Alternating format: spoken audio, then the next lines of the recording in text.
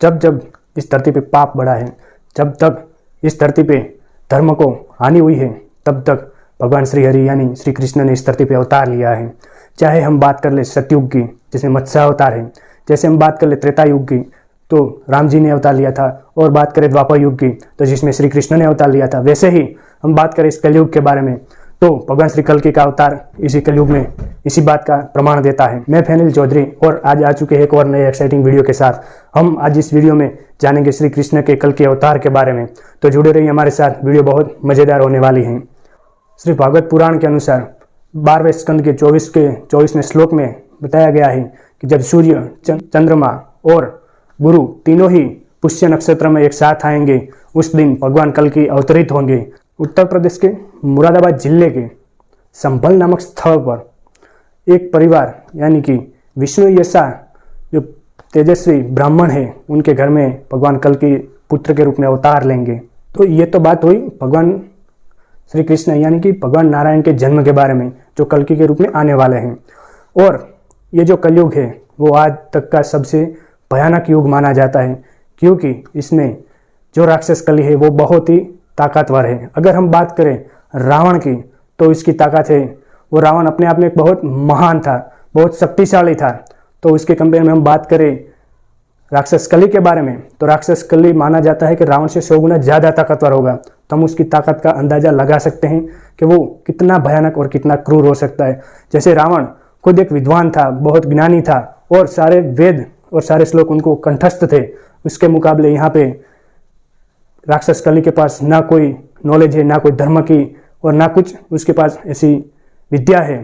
तो वो कितना क्रूर हो सकता है उसका हम अंदाज मात्र से सोच सकते हैं कि कितना क्रूर होगा वो। तो राक्षस कली के युद्ध के लिए भगवान कली को जो मदद रूप में आएंगे, यानी जो हमारे सप्त चिरंजीवी हैं, उनकी भी मदद इस युद्ध में ली जाएंगी, क्योंकि उनको जो वरदान मिला था वो अभी तक जो इस दुनिया में हैं उनका उपयोग उस दौरान यानी कि कलयुग के अंत में होगा भगवान कल्कि के साथ में।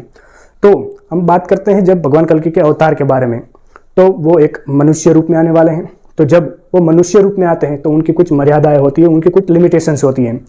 अगर कलयुग को मारने के लिए स्वयं श्री हरि नारायण आएंगे तो उनके नेत्र मात्र की शक्ति उनके लिए काफ़ी है कलयुग का अंत करने के लिए। लेकिन जब वो एक मनुष्य के अवतार में आ रहे हैं तो उनके लिए कुछ लिमिटेशंस होती है।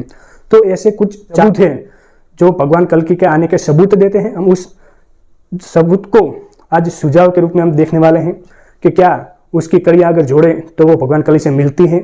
4 सबूतों के आधार पे हम आज कल्कि अवतार के वर्णन करने वाले हैं, क्योंकि जो सबूत है वो आज भी इस कलयुग के अंदर हमें आज भी देखने को मिलता है।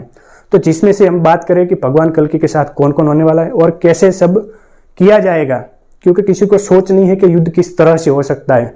जैसे एक तरफ देखें तो कलयुग बहुत ही भयानक और बहुत ही एक ताकतवर राक्षस है, उनके सामने भगवान एक मनुष्य के रूप में आ रहे हैं।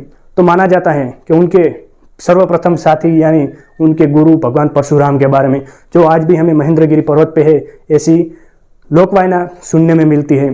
तो भगवान परशुराम उनके गुरु के रूप में आएंगे, उनको किस तरह से युद्ध लड़ना है और सारी नीतियाँ है वो परशुराम स्वयं उनको सिखाएंगे। परशुराम खुद एक भगवान विष्णु का अवतार माना जाते हैं।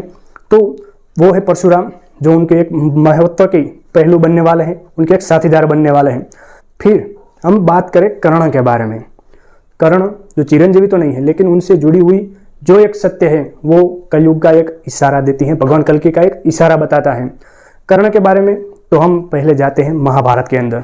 महाभारत में आपने देखा होगा कर्ण को, मुझे नहीं लगता कि इसके बारे में ज़्यादा एक्सप्लेनेशन देने की जरूरत है आप लोगों को। कर्ण को हर कोई जानता होगा कि उसके पास एक सूर्य के द्वारा दी गई शक्ति थी, कवच और कुंडल, जो उसके बहुत ही रक्षककारी थे, उनके लिए एक बहुत बड़ा हथियार था कर्ण के लिए। लेकिन अगर वो कर्ण के पास रहता तो अर्थ का अनर्थ हो सकता था। इसलिए भगवान इंद्र अपना वेश परिवर्तन करके ब्राह्मण के रूप में महाभारत के युद्ध के दौरान कर्ण के पास आते हैं और कर्ण से उनके कवच और कुंडल की मांग रखते हैं, उनको एक भिक्षा मांगते हैं कि मुझे तुम्हारे कवच और कुंडल दे दो।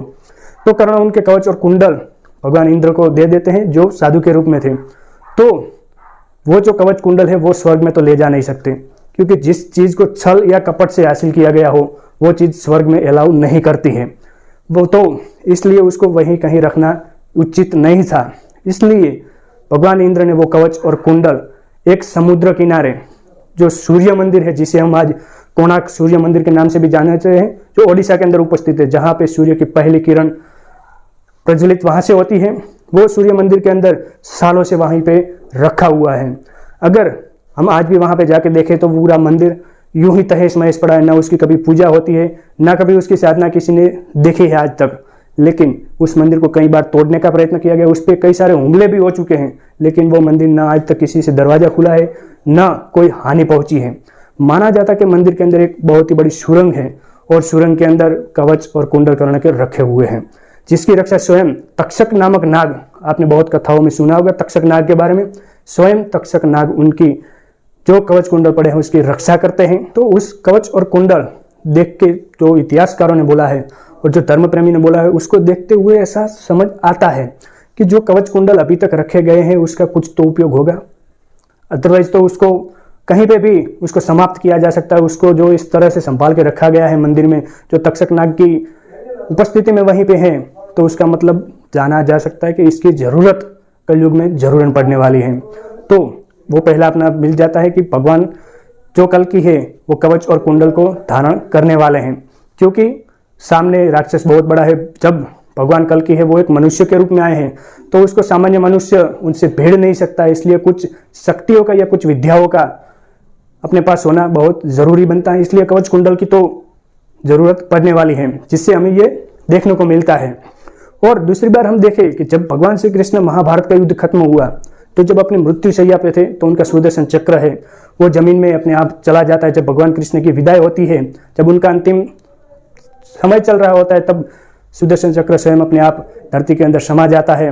और ऐसा कहा जाता है कि जब कल के अवतार में भगवान श्री कृष्ण यानी कि कल्कि भगवान अवतरित हो गए, तो वो वापस से भगवान श्री कृष्ण यानी कि कल्कि के हाथ में आ जाएगा, क्योंकि उसके अलावा तो वो कोई सुदर्शन चक्र को चलाना डिजर्व नहीं करता है। वो चाहे कृष्ण अवतार के सारे बात कर ले, चाहे श्री राम हो या कृष्ण हो या कल्कि हो, इन तीनों के अलावा सुदर्शन चक्र को और कोई नहीं छू सकता है, जो कृष्ण अवतार है मोस्टली उनके अलावा। तो वो सुदर्शन चक्र भी वापस आएगा और कवच और कुंडल भी वापस आएंगे। तो ये कुछ भगवान श्री कृष्ण के हथियार होने वाले हैं। और तीसरी जो इम्पोर्टेंट थिंग है, हम आपको वापस से ले जाएंगे महाभारत के अंदर। जो बोलते हैं विधि का विधान थे वो तो होना तय है। तो महाभारत के अंदर जब श्री कृष्ण अपने देह का त्याग कर देते हैं, तो पांडवों के द्वारा श्री कृष्ण का जो मृतदेह है उसको जब अग्नि संस्कार देते हैं, तो अग्नि संस्कार के दौरान श्री कृष्ण का पूरा शरीर जल जाता है, पूरा भस्म हो जाता है, लेकिन जो श्री कृष्ण का हृदय है वो वैसे ही दबकता था, वैसे ही कंपन कर रहा था। तो पांडवों और अर्जुन के द्वारा वो हृदय को जाके समुद्र में अर्पित कर देते हैं और समुद्र में बहा देते हैं। तो वो आज जाके हमें वो हृदय भी देखने को मिलता है।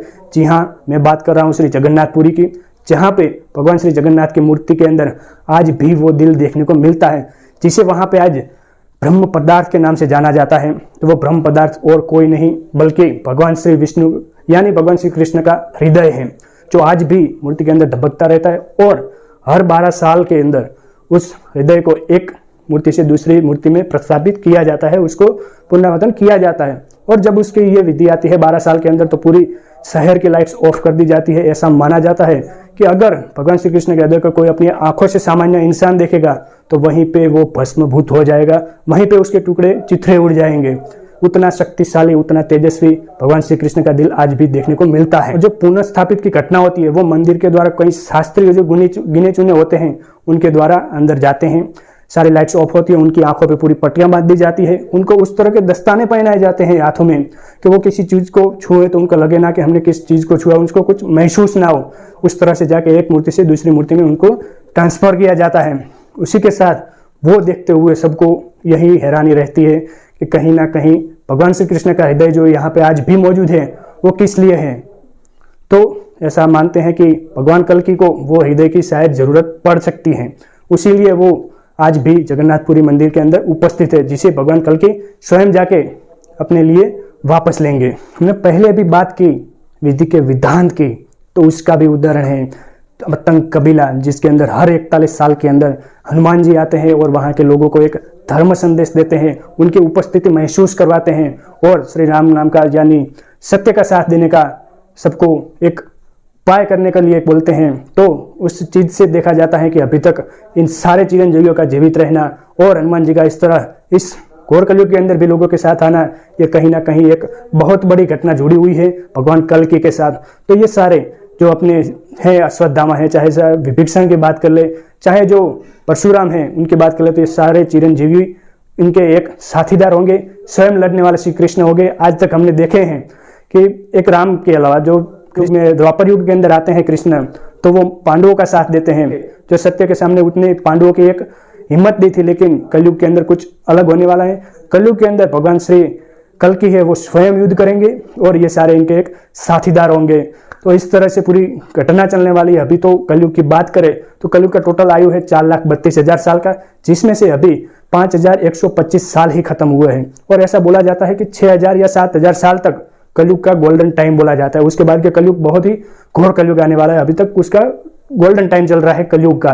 तो इसी तरह से हम पूरी जब साठ गांठ को पूरी जोड़ते हैं तो हमें अंदाजा आता है भगवान श्री कल्कि के अवतार के बारे में और किस तरह से क्या होने वाला है। तो ये कुछ संकेत हैं भगवान श्री कल्कि के वापस अवतरित होने के।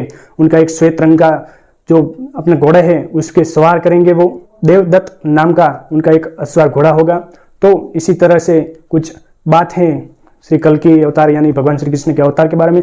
इसके अंदर जितना डीप हम जाए उतनी ये बड़ी होती जाती है। उसको पूरा समझना एक वीडियो के माध्यम से तो पॉसिबल नहीं है, लेकिन जो कुछ सत्य घटनाएं थी जो आज भी हमें सबूत के दौर पे दिखाती हैं, भगवान के आने का सबूत दिखाती है, तो मैंने आपसे उसके बारे में डिस्कस की है। तो उम्मीद करता हूं आपको वीडियो अच्छा लगा होगा। अगर अच्छा लगा है तो आपका प्यार दिखाते हुए चैनल को सब्सक्राइब कर लीजिए और कमेंट में जय श्री राम लिखना बिल्कुल ना भूलें। तो मिलते हैं एक और नए एक्साइटिंग वीडियो के साथ, तब तक के लिए जय श्री राम।